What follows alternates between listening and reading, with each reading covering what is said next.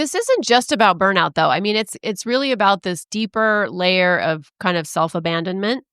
And it's how we learn to just kind of get through as women and keep all the balls in the air.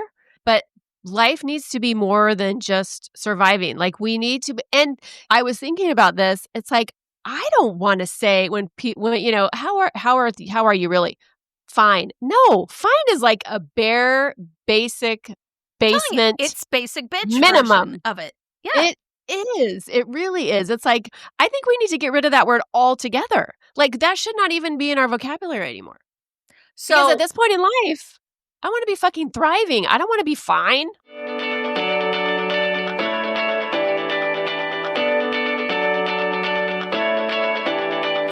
Welcome to Drinks with the Girls. Conversations for women over 40 around connection, change, and the power of female friendship. Living well with stories to tell. I'm Karen, and this is Lisa. We are moms and solopreneurs stepping into our own, diving into real conversations about things that matter to women in midlife. We're here to spill the tea on everything that affects women in their 40s and beyond. Topics like loss and grief, changing relationships, launching kids, menopause, and reinventing ourselves in midlife. We are here to tackle it all. Connect with us through a blend of our lived experiences, our friendship, the memory of our moms, plus a collection of real stories, honest conversations, and engaging interviews that will make women over 40 feel seen and remind them that they're not alone on this journey called life. Let's go. Hey, beautiful humans. You are listening to Drinks with the Girls, and we are so glad you are here. This is the place where we pour the truth bombs, we have a little bit of laughter, and we give a whole lot of permission. So today we are talking about the F word. We're talking about the word fine. But before we dive in, today I am sipping on a Kavita. Can you see this? Wait, let me get it here. It is a Kavita probiotic refresher sparkling drink, and I love all the citrus flavors. So this one is tangerine. It's just basically a little sparkling thing, and I did add a shot of vodka. Well, so there's that. Oh, that's a new healthy one. I should try. And then you're like, eyes looking away, and I added a shot. Okay, so what are you drinking, babe? I'm going to one-up you on this. It's been a day. Girl, I was up till past midnight last night doing applications for my men's Social Security, rewriting by hand 50 pages of shit that I had already written before that was on a deadline that I had to get done by today. So I am crispy, exhausted, and just in need of an upgrade. So in my crispy bougie glass, I have a blackberry citrus, just basic bitch Kroger seltzer. But I have a cocktail shaker with ice, and I have mixed up a version of my famous, yes, I am Tom Cruising it on the podcast, can you hear? My famous After Bahama Mama, which is... I love that sound, by the way. Do it again. Ooh, whoops. Oh, you're already pouring? Never mind. I'm like leaking all over my internet cable. That's awesome. So if it fries in the middle of the podcast, you'll know why. There you go. So you see it's kind of a pretty color. Delicious. So what's in it, Bahama Mama?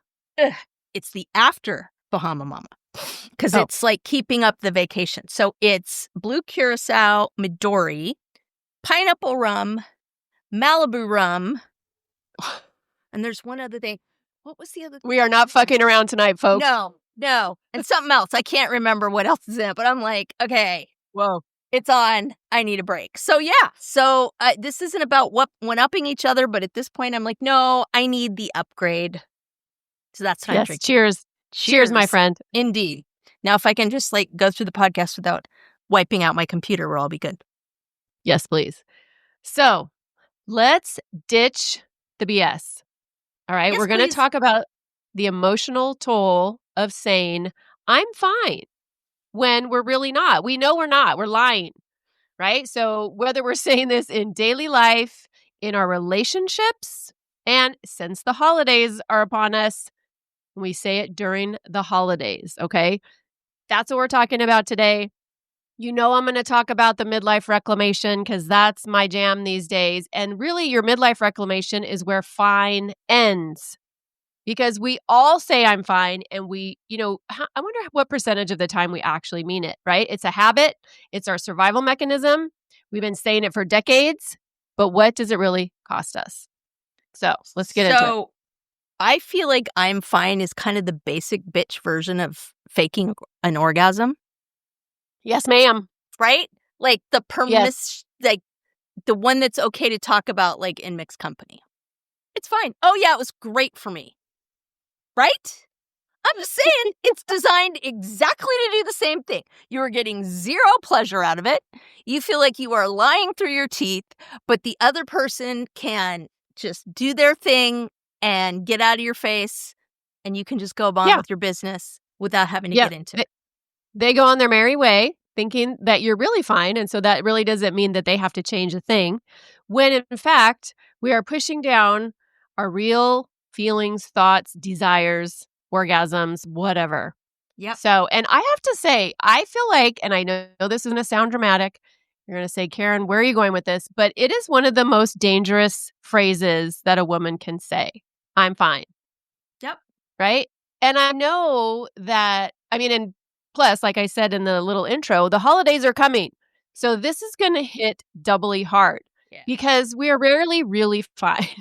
Okay, and the reason that I'm going to stick with me on this, the reason that I think it is so dangerous is because we start doing this. We start, people asking us and we say, I'm fine. And what we're really doing is we are pushing down everything that makes us us, whether it's our thoughts, our feelings, what we really need, what we really want, right?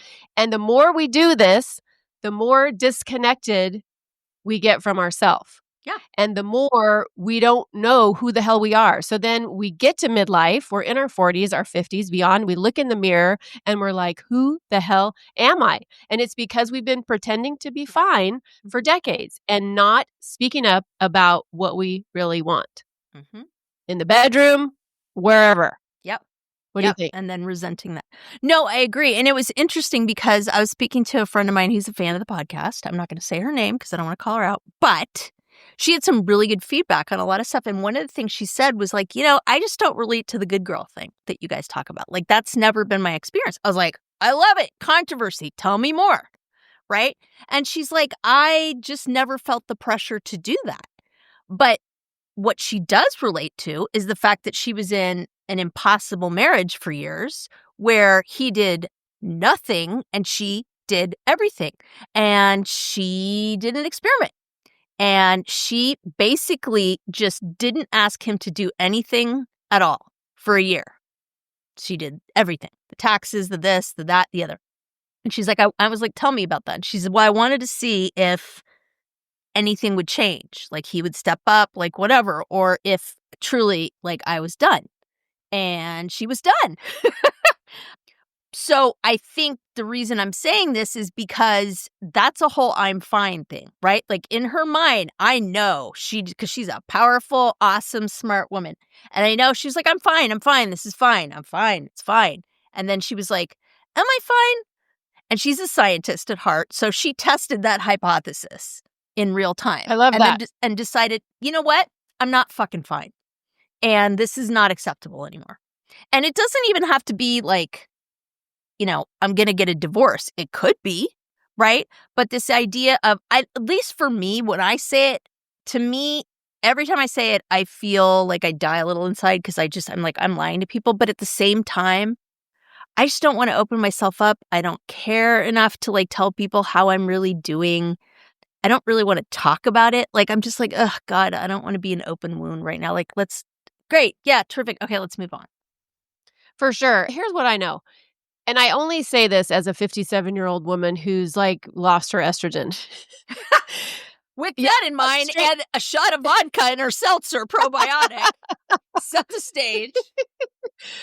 I don't give a shit what strangers or even acquaintances think. So if people on the street or people, whatever, ask me how I am, yes, I'm fine. Because like to your point, I don't want to get into it. Uh-huh. You don't get access to me. I don't need to really share all the things with you.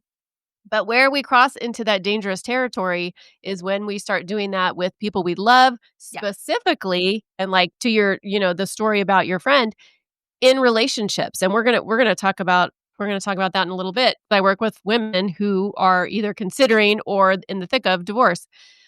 And that's certainly part of it. I just think it gets dangerous because we start disconnecting from ourselves, and also it is unhealthy because when we start suppressing our feelings, that takes us into dangerous territory just in terms of our health, our anxiety, our sleep, so many things, because we're not really sharing the things that we need to be sharing. And granted, it is easier for us, and I know this is what we all think. It's easier to do things ourselves. It's easier just to handle things ourselves. It's, literally then, Yep. like you said, like getting into it, like having these conversations, like, talking about all the things. It's like, never mind, I'll just deal with it. And I think that's what we do as women.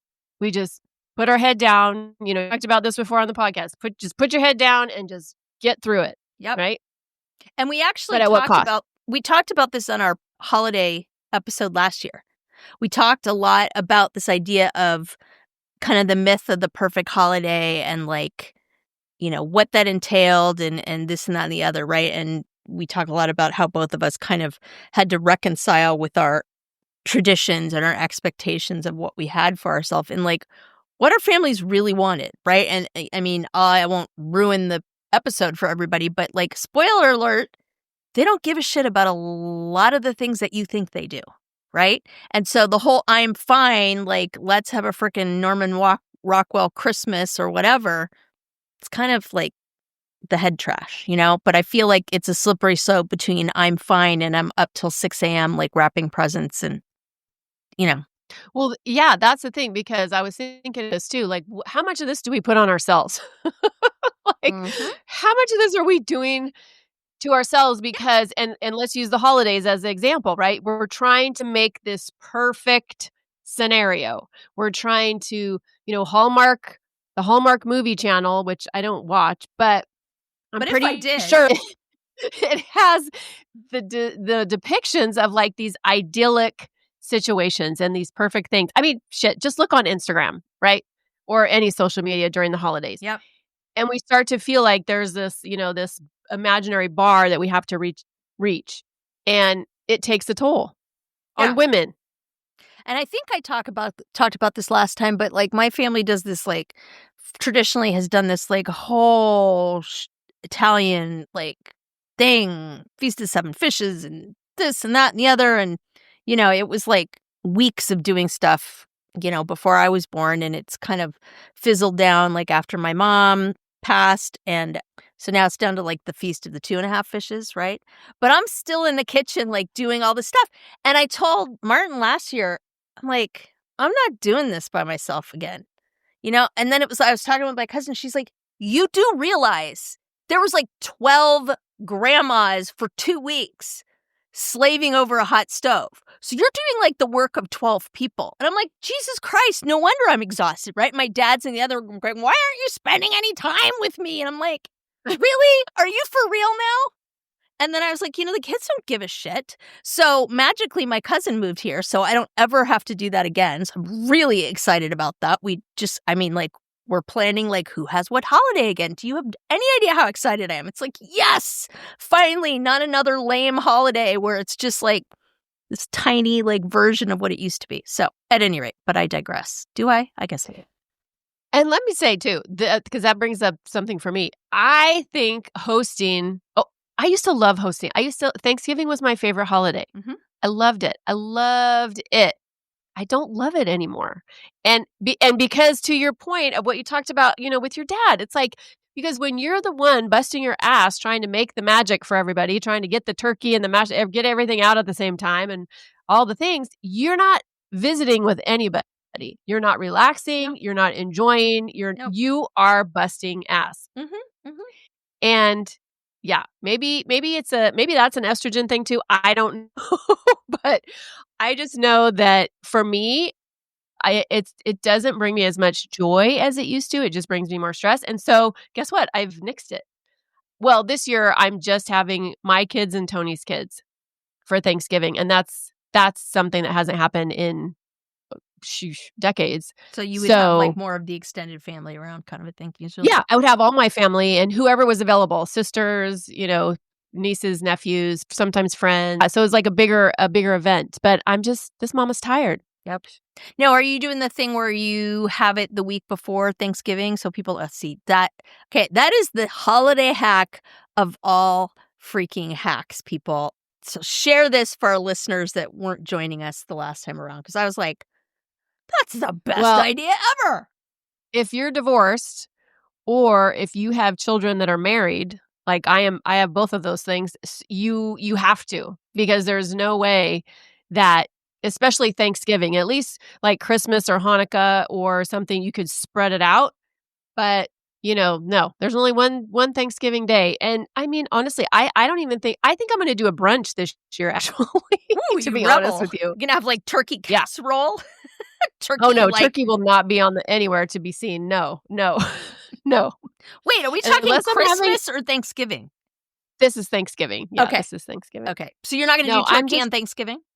I don't think so. All right. I think the only one that's going to protest is my son. So we'll have to see how that goes. If he wants to make the turkey, then maybe. I don't know. Go with God.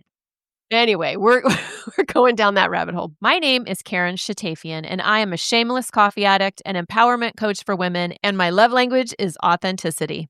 My mission is helping women unapologetically design a life they're in love with.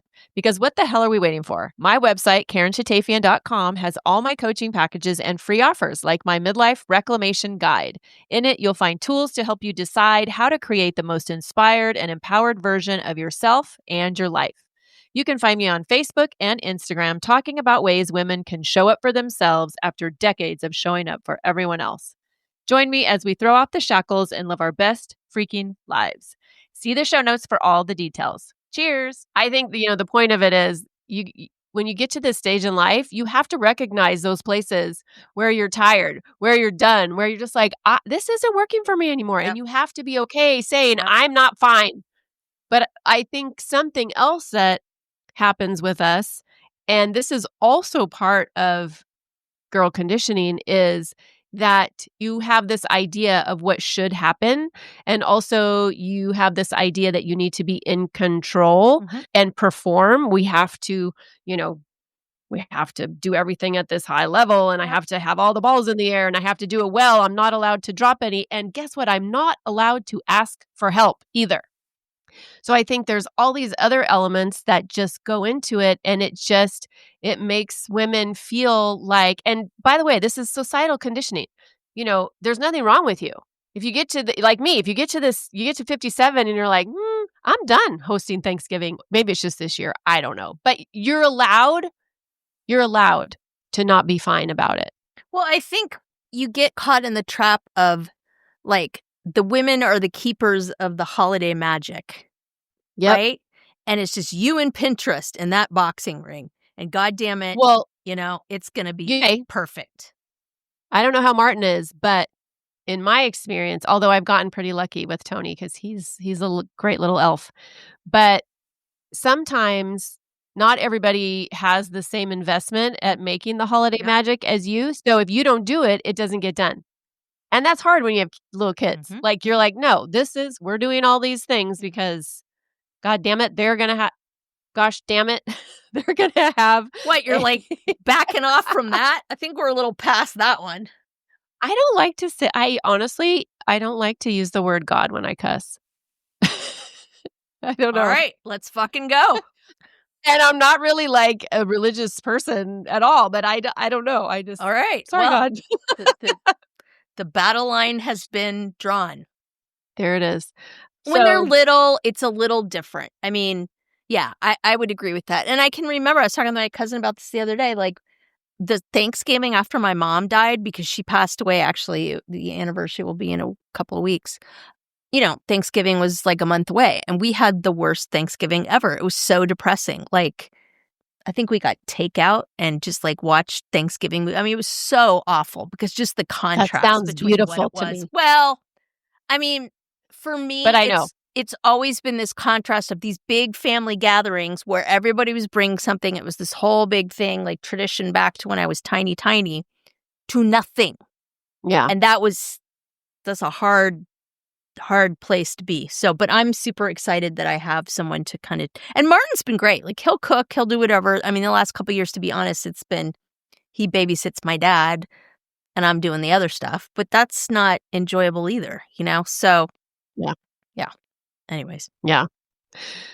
So this isn't just about burnout though. I mean, it's really about this deeper layer of kind of self-abandonment. And it's how we learn to just kind of get through as women and keep all the balls in the air. But life needs to be more than just surviving. Like we need to be, and I love how you brought up the orgasm piece earlier because I was thinking about this. It's like I don't want to say when how are you really? Fine. No, fine is like a bare basic basement It's basic bitch minimum version of it. Yeah. It is. It really is. It's like, I think we need to get rid of that word altogether. Like, that should not even be in our vocabulary anymore. So because at this point in life, I want to be fucking thriving. I don't want to be fine.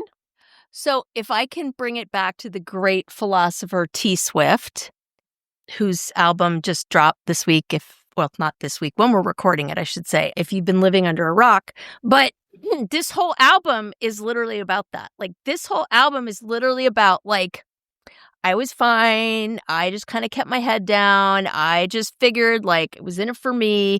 And then this, like, amazing person came into my life. And then I got successful and I own my music and da-da-da. And, like, life is just so different now, right? But she talks a lot in the lyrics about, like I'm thinking of the single she has out now, but it was like, I basically settled on me, myself, and I, which there's nothing wrong with, and was just kind of like, yeah, I'm fine. And then once she didn't, all these other wonderful things happened. So I do think there's a bit of that too. Like, it's that version of like, okay, if I say I'm fine, it can't get worse, right? That's always me. Like, we always talk about my obsession with the other shoe dropping. Like, if I don't get out of bed till the absolute last second and I work in bed, there are less chances that shit is going to hit the fan.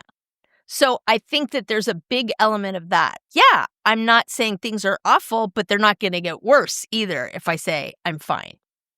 That's an interesting perspective.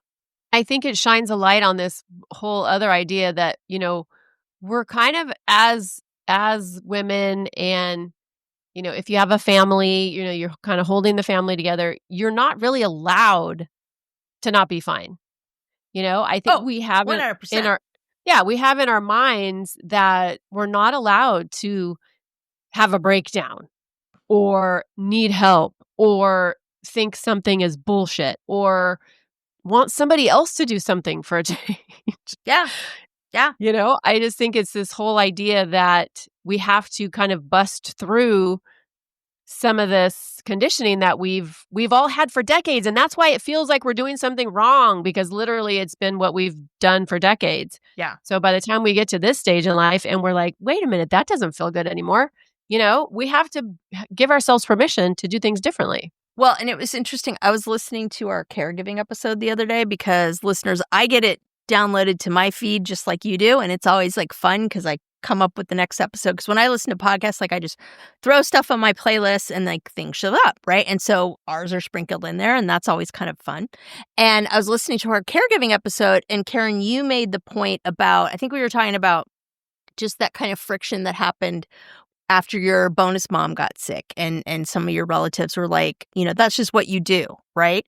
And I think your comment was something like, it's one thing when you're, it was 50 years ago and you're living in a multi-generational family and, the older people help take care of the babies because there's no childcare and then people are there to take, like, it's a completely different thing now.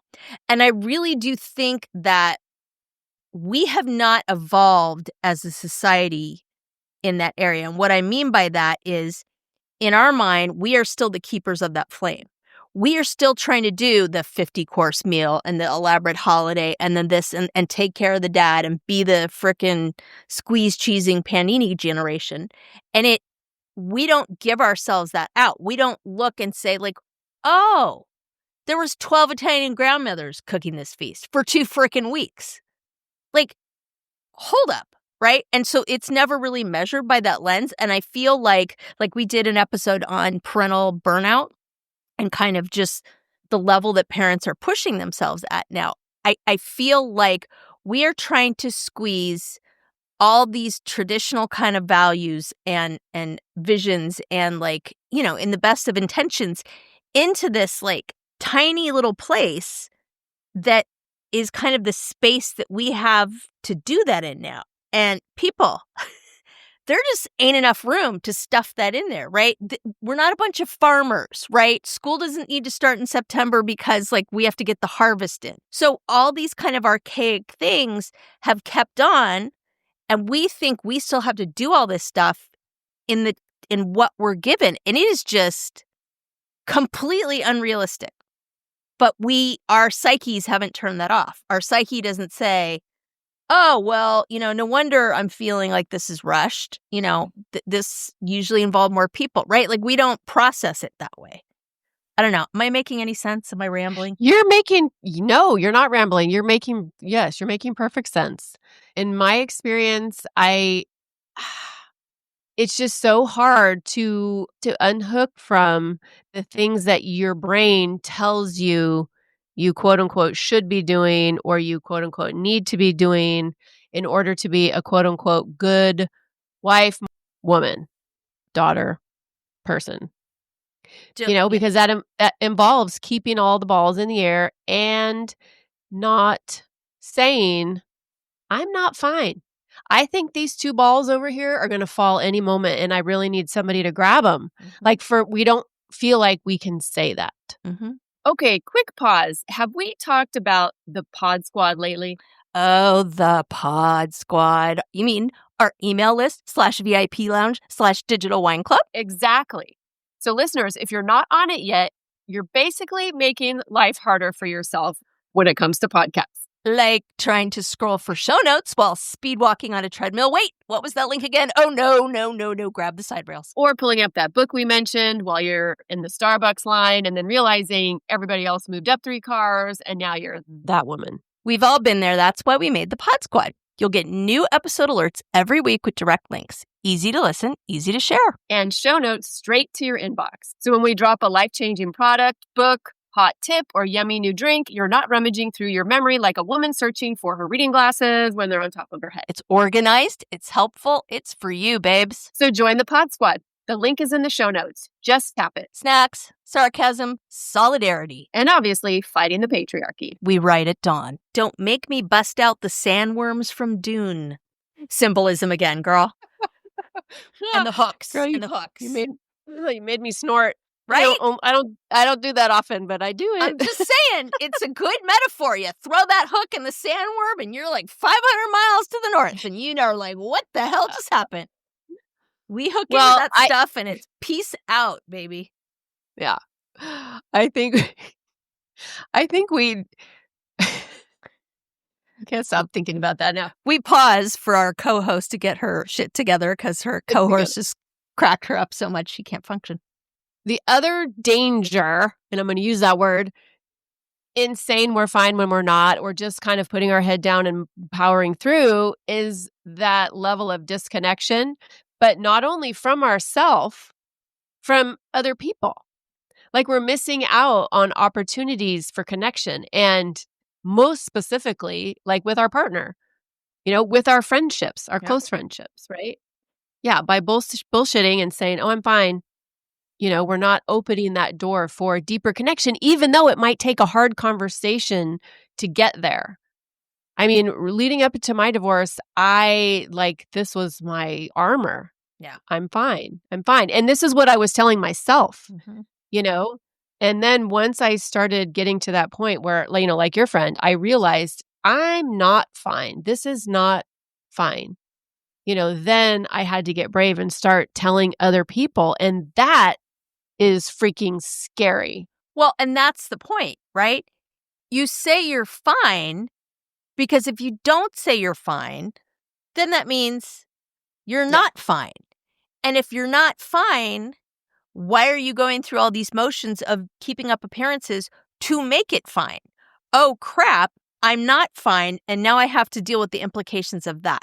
And so no wonder we're running around faking it. It's like, if you're not ready to deal with the fact that you're not fine, you're not going to go anywhere near that, right? And it's like you talk about your experience. That is a big fucking deal to say, I'm actually not okay and I am not handling this well. Because then it's like, what do you do with that? Especially if you don't have a decent support system. Right. Yes. And with the amount of things, both, literal, like jobs, relationships, parents, kids, the things that women are holding, plus all the invisible things that we're holding. If you try to go down that road in one area, like let's say with your marriage or even with maybe a career or a friendship, like I'm not fine, something really needs to change. If you go down that road in one of these areas, it's like, how are you going to have the emotional bandwidth to keep all those other balls in the air? Mm-hmm. It's a fucking lot. Yeah. So let's keep talking about this whole idea of, saying I'm fine or really not saying the things that need to be said, keeping our thoughts, feelings, desires inside, right? Let's talk about that through the lens of the holidays, which ever since I've gotten divorced, like the holidays have been a massive, massive trigger Bummer. for me. Yep. Even 8 years later, honestly. And certainly every year gets easier, but I don't think it'll ever go away.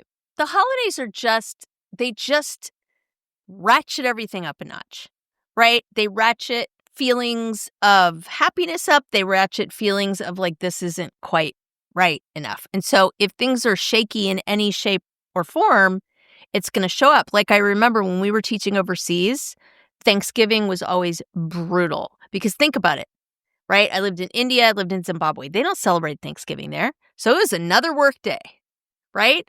So I'd be going to work on Thanksgiving and it was just like, oh my God, I miss my family. Like they don't even sell turkey in this country. Like it just magnified all the things that, I was fine about, but were under the surface and just like, this is some rough stuff, And I remember in Africa, our head of school hosted, I don't know where the hell he got this turkey because there were no turkeys where we were. Like, I don't know if he had it shipped in from South Africa or whatever, but there were no turkeys, right?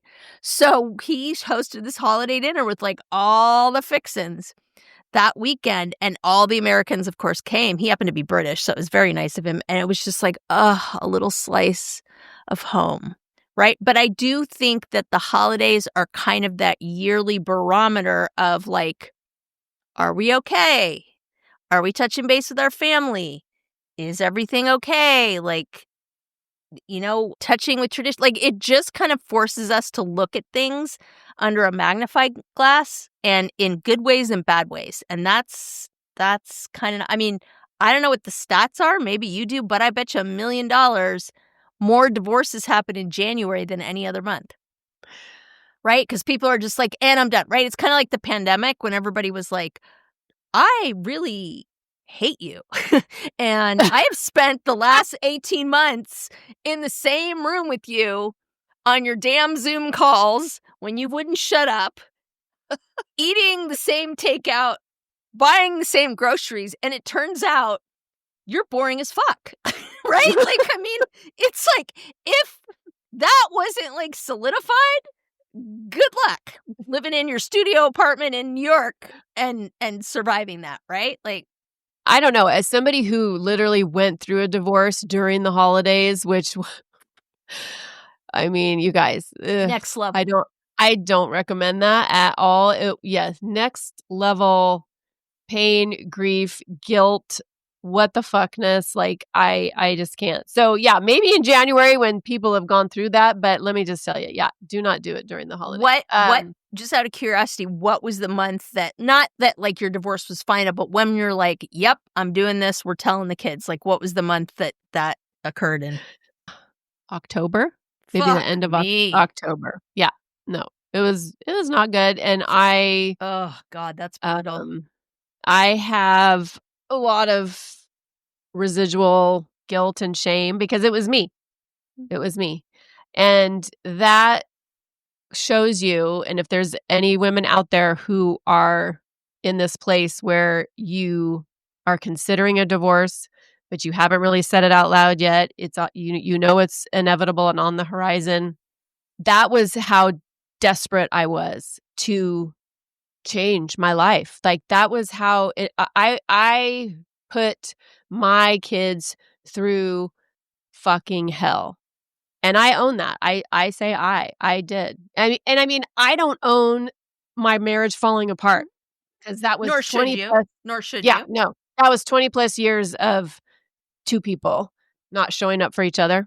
But I own the way that it was, with the way it transpired, and that is literally my biggest regret on this earth is the way that went down. Yeah. Well, but I mean, as your friend, I'm looking at this going, what kind of pain must you have been in to Yeah. get to the point where you're like, I don't care if the holidays are going to be hell. I cannot do this anymore. Right? Yeah. Because if you weren't in that place of pain, if it wasn't as bad as that, you would have been like, you know what, let's just get through the holidays and I'll deal with it in January. Right? The job Yeah. search, the whatever it is. Nobody wants to start something painful then. Like, screw that. I'm looking for a job in the new year. Like, we'll do the bad news in the new year. We'll look at the retirement home for mom in the new year. Like, nobody wants to take that Yeah. stuff on during the holidays. For So sure. my heart hurts because I can only imagine how much pain you were in to get to the point where like, this is going to be living hell, but I literally can't do this anymore. Well, and it was my dad also. He said, because I had told my dad and my bonus mom, and I leaned on them a lot because I didn't know who else to lean on. And my dad said, and I told my sisters, and he said, you need to tell your kids before they find out from somebody else. So I think he was worried that, maybe one of the cousins would say, oh my gosh, I'm Yep. so sorry. I Yep. love, Yep. whatever. And then I fucking panicked. Like, then I was like, oh my God, oh my God, oh my God. And so, when you're in that space of any kind of a big trauma or a big, transition or a big feeling event in your life, you're not really in your right mind. You're just Your trying mind to doesn't, survive. you're just trying to like really literally put one foot in front of the other. So that, yeah, that was the whole thing. So here's the thing, listeners. Like, you know that we show up for you guys, the raw, the ugly, the cocktail shaker of a day. And so, much like I have turned my own difficult experiences of raising kids that are unique and have needs, Karen, God bless her, has taken all this pain that she went through and gotten to the point where she is ready to give back in some specific ways with her coaching. And so if you are over there nodding and being like, oh my God, if I spend Thanksgiving with my current partner, I will drown myself in the deep fryer with the turkey. I don't care. It's that bad. I think she might have something that could help you out that would be a lot less painful than dumping deep fried turkey oil all over you. Just saying. Oh my gosh, yes. Just setting the stage. Like, Oh. for I'm fine, like piping hot deep fryer turkey oil, right? So we have a solution. Okay, yes, I have a solution. But before we really get into that, I just want to normalize for women out there that there are so many women that stay too long in relationships because they've normalized this idea of fine, kind of like what we've talked about, right? They've normalized it, they've made their peace with it, they've resigned themselves to it, and they just think that there's no other option. But there definitely is another option. And about a month ago, my own activation about the holidays, being a divorced woman with kids, right? That was starting to bubble up for me. And so I started thinking about my followers and my people and my community and my clients. And it's like, oh my gosh, this might be bubbling up for them too. So if anything that we've talked about today, if this conversation hit home, or if you're curious about how you can get out of survival mode, whether you're divorced or not, honestly, because I think holidays bring up so much stuff for women in general. If you just need a quick, supportive call or something to be like, okay, how am I going to really get through this? I'm opening my door for that as well. But what I did was I created my holiday survival divorce coaching toolkit. But And Ba-dum-bum. That's a lot. And That's a mouthful. That is like a lot I of know, power in one package. Holy but I moly. had to get all those words in there. And the goal is for you to walk through the holidays feeling supported, remembering who the fuck you are, and leaving the season feeling grounded, not gutted. Like I've spent many holiday seasons feeling gutted, and I don't want that for anyone. And so there's the toolkit, which is for personalized email. So we will have a conversation. We will get down and dirty and talk about what's really going on for you. And then I'm going to send you every week 4 personalized email. I'm going to send you a boundary script that's going to help you talk to different people, whether it's your kids, your spouse or ex-spouse, your ex-in-laws, your friends. Because let me tell you, people say the stupidest shit when you're going through divorce. And I can help you navigate that. And I also want to create for you a personalized pep talk. So you have me in your ear at all times. It's an audio file I can send to you, and I can just give you some support when you're feeling depleted. Again, remind you who the fuck you are, why you're doing what you're doing. So you have somebody that you can always hear 24/7 to remind you that yes, you are worthy of a life that fucking feels good. Hey there, I'm Lisa Corachella McDowell, your midlife Pacific Northwest princess, here to guide you in the art of next leveling your life. I'm passionate about women's health and wellness in midlife, especially for moms parenting kids with unique needs like I do. I truly believe we can learn, grow, advocate, and care for the planet while taking care of ourselves and our families. And I'd love to help you do the same. And I'm beyond excited to tell you about my membership for maxed out mamas just like me, the Empowered Parent Collective. It's a space for parents to confidently advocate for their kids, build inclusive communities, educate themselves, and find balance and support along the way. To find out more about the Empowered Parent Collective, my classes, wellness offerings, parenting tips, advocacy resources, and exclusive Drinks with the Girls goodies, head to nextlevellifewithlisa.com. Let's survive and thrive in the messy middle together. I have a question. Okay. So Yes. for those of us that have not been through that or are going through that, something you said kind of triggered something. So I'm going to bet 99% of the angst and everything that you go through in this process is, how am I going to tell my partner? How am I going to tell my kids?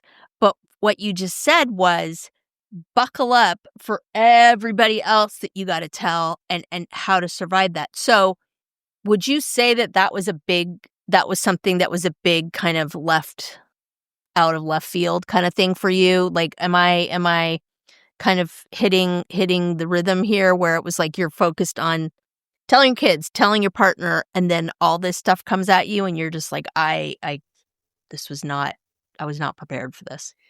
Well, I spent way too long trying to have people understand me and have people understand my side instead of being okay with being the villain, which is hard because that good girl conditioning, Yep. hello, pops up. And it took me a long time. I mean, it took me probably 2 years through my divorce to get to the point where I was like, I don't give a shit if people think I'm the villain anymore. I know what went down. I know why I made the decision I made, right? So I just think it's hard to navigate just some of these conversations when you don't know how you're going to feel, number one, and also just to help you do it in a way that helps you feel supported instead of like, oh my God, what am I doing? And then you talk with somebody, a family member, a friend or whatever, and then you leave that conversation feeling worse than when you started. Mm. And I don't want that. And so I can talk to women and find out like what are the conversations that you're most concerned of. Okay, let's create a script. Let's create, words, sentences, phrases that you can use to whatever it is you need. Share your experience, set your boundary, tell them to fuck off, whatever. Does that answer your question? It does. It does. I love this. Okay. I think this is such a great opportunity for our listeners. So this toolkit it's personalized, but it's something that you do on your own. Like you don't really, after our initial conversation, you don't really need me to facilitate any of it. And in your weekly emails, I will give you tools. I will give you journal prompts, of course. I will give you, boundary setting tools, emotional regulation tools, just things that I know that you will need on your journey. And also, this is tailored to where you are. So maybe you haven't even said the words out loud yet. Maybe you know in your gut, but you haven't even said it out loud yet. Maybe you're in the thick of it. Maybe you're in the middle of it. You're navigating the lawyers and the, custody if your kids are young, the assets. Or maybe maybe you're a year on the other side of divorce and you're just trying to put the pieces back together. Wherever you are in the divorce phase, I got you. Okay. If you need more support, we can add on coaching calls where you and I get on a Zoom call and we really hash it out. We really talk about the things. You feel supported. You say the things. I give you tools, practices, guidance that can get you through the holidays. These are one-off coaching calls. So you can either say, you know what, I just want one to get some clarity. I just want to get a little bit of support. I just need a little shot in the arm. I'm good to go. Or you can have once a week through the rest of the year. Whatever you feel like you need, how you best feel like you need to be supported, that's what we can do. That's what we can put together. But don't wait. Don't wait until the clock strikes midnight on 2025 because once the new year, it's going to we're going to turn into a pumpkin as of January 1st, 2026. These offers will go away. And I will say that I went to Karen for coaching. That's kind of part of the origin story of this podcast. And I kind of wanted something a little different. And she's really easy to work with on that. I was like, well, I like this, but I need this. And, this is my budget and bloody, bloody, bloody. And she was really great. Like we worked on something that made sense for both of us. So I would encourage you not to dismiss this out of hand and just go, oh, I don't have the budget for this. Or, oh, well, I don't really know what I'm doing. So it wouldn't like benefit me. I think that I know really that she has a lot of experience in this area. And my wish for our listeners at this point, I mean, I'm sad that you're at this point, but don't go into the holidays like with all this stuff just like dangling around. Like, what have you got to lose, right? It's, 2 more months of I'm fine, and having a nervous breakdown, or getting some professional help to look at this and see where you're at. And maybe, maybe everything will be fine. Maybe you just need to kind of straighten some stuff out in your mind. You won't know, but just ignoring how you're feeling and putting this front up that you are a rock and everybody else is going to break themselves on it is going to destroy you. Just saying. Some of my clients, I was literally the first person that they were able to verbalize how they were really feeling to. And I'm so glad you brought that up because I am not pro-divorce at all. Like I am not here to make people feel like, oh my God, you have to get a divorce. If I can help you save your marriage, if I can help you figure out ways to communicate with your partner better, to spice up, your sex life, to, kind of hash out the things that are really causing you to feel undervalued or not seen or disrespected or whatever, let's talk about that. Because I'm here for all women living their best fucking lives, whether that's within their marriage or whether it's making the really, really painful decision to leave a marriage. And the only thing that, we need to do, like if you're listening to this and you're thinking, if you're curious, if you're like, oh, wow, that sounds good, but I'm scared and I don't know, I've never talked to a coach before. I don't know. What does this mean? Believe me, I get that. And also we can get on a free call. Like the first call the first time that we talk is free. We just talk about what's going on. How can I support you in this moment? And are we a good fit to work together? And does what I have to offer sound like something that would support you? If not, that's totally fine. I can give you resources. I can, give you other ideas. And if it is, great. We can put together something that works for both of us. Okay, I have a question. Yes. What do you say to the listeners that's like, okay, free. I could do this, but I don't want to open up all this shit. Like I'm gonna deal with this in January. Like I just need to get through the holidays, and I am fine with saying I'm fine, and then I'll catch in January. Like what would you say to that person? I offer one-on-one coaching packages. So if you're feeling like you just want to get through the holidays, but you know you need some support, you need a coach in your back pocket. If I have room on my calendar, then I would be happy to talk to women who, are interested in one-on-one coaching. Yeah, it doesn't have to be now. Like I said, I don't recommend necessarily uncovering this, taking the lid off of this right now, right before the holidays. What I do recommend is getting honest with yourself and getting some freaking support. Because not only are you trying to hold all the things in your life, your family, your career, the people you love, the holidays are coming, and then you have all of this other big shit that is going on with your marriage. So just get some support. That's what I'm saying. So, listeners, whoa, I feel kind of emotional after this one. Or I feel kind of like, whew, this was a big one. Well, and But give yourself a break. Like, okay, you're literally trotting back over the territory of one of the most difficult times in your life.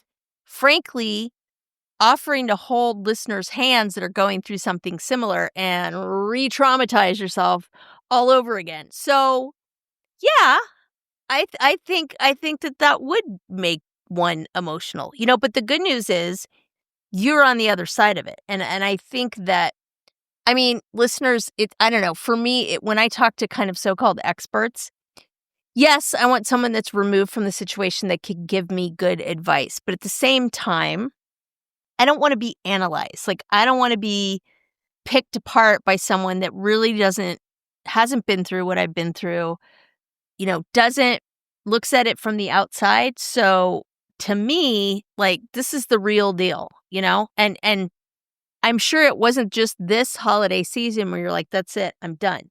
I'm sure you'd had that conversation in your head for years before that in different kinds of times. yeah, that was all the times I was convincing myself I was fine when I wasn't. He's a good guy. You should just be grateful. Mm-hmm. You're fine. This is what marriage is. You signed up for this. What about your vows? What about your kids? I mean, just all the things. And so I don't take it lightly that women are saying these same things to themselves, but they have this ache in their gut and they know that they cannot be their happiest, most expansive self within their marriage. Then I get it. I see you. Mm-hmm. I see you. I love it. I'm here for So it. listeners, and you know what? Also, the reason I also feel a little more tender is I had my ex-mother-in-law's memorial service on Saturday, Oh, that is tough. which I went to, and literally talk about opening the lid. So listeners, I've been divorced 8 years, and this stuff does not, I mean, it gets easier certainly, but unless you deal with it and you go through it Yeah. and like work through it, it doesn't go away. I've done some work on it. It definitely gets better. It gets easier. It's just not easy. And I mean, it's still your kid's grandma, Oh, for sure. Oh no, that was a no-brainer whether or not I was going to go, cuz she and I actually had a good relationship up until the divorce. And I needed to be there for my kids. Like, I was not going to let them go through this major loss and not be there at least for, Yeah. for part of it. Yeah. But I'm sure that was kind of difficult to wrap your head around, right? And I mean, I can imagine that listeners that have gone through that, like, just because you're divorcing someone doesn't mean, like, especially if you have kids together, that it's like, that's it. And, I mean, and I'm sure that impacts decisions, right? Because you're very aware that, like, you're choosing this path and there will be funeral services where things will be difficult and awkward and all that. So I can imagine. Oh yeah. If you get a divorce from somebody, and you have kids, yeah, don't think you're never going to have to deal with them again, because you will. You'll have to deal with them, and you'll have to deal with all your shit around that. So, it's not an easy path. It might, and I think this is what we tell ourselves. Oh, it's easier just to say I'm fine. It's easier just to live inside an unhappy marriage than go down this road. And I know some women believe that, because some women do that. A lot of women do that. And, that's okay. That was not the right choice for me, because I knew that in order for me to live my most expansive life, it wasn't gonna happen inside the marriage. Mm-hmm. So, listeners, thank you for joining us on this ride. I hope that if you are, nodding your head, if you are, resonating with what I'm saying, if you're having questions about your marriage or you're anywhere, on the journey of divorce, let's get on a call. I'm happy to support you in whatever way I can. And for everybody else, I hope that you were able to walk away with, something from this episode, if nothing else, to stop saying I'm fine. Yeah. And I mean, just because the holidays are coming up and we're kind of getting to that season, just take a drinks with the girls breath for a minute, right? Like, I mean, I don't have to make the handmade cannoli shells. No one's going to die. Okay? Karen always laughs. That's like my go-to phrase, right? Is someone going to die? No. Well, then it's not that big of a deal, really. Like, yes, you can order them from the bakery and everything will be just fine. So kind of give yourselves the permission to just kind of look at what you've got in front of you and make sure that you're making decisions in real time and not just because it's stuff that you think you have to do. Yeah, you can have brunch for Thanksgiving without a turkey. Turkey chilaquiles in the morning. Just saying. All right, listeners, as usual, like, share, comment, sign up for the Pod Squad. Please get the show notes delivered. It's awesome. And I am reaching the end of my cocktail shaker, which probably means we should wrap this sucker up. Yes. Empty cocktail shaker. I don't need a timer. Just when the cocktail shaker is empty, it's time to peace on out. We should use the cocktail shaker every time. Love it.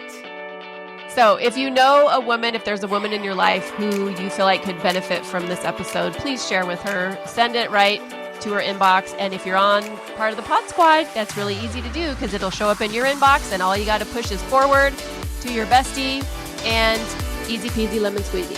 So we will see you next time. We thank you. We appreciate you. And I will say cheers. Cheers.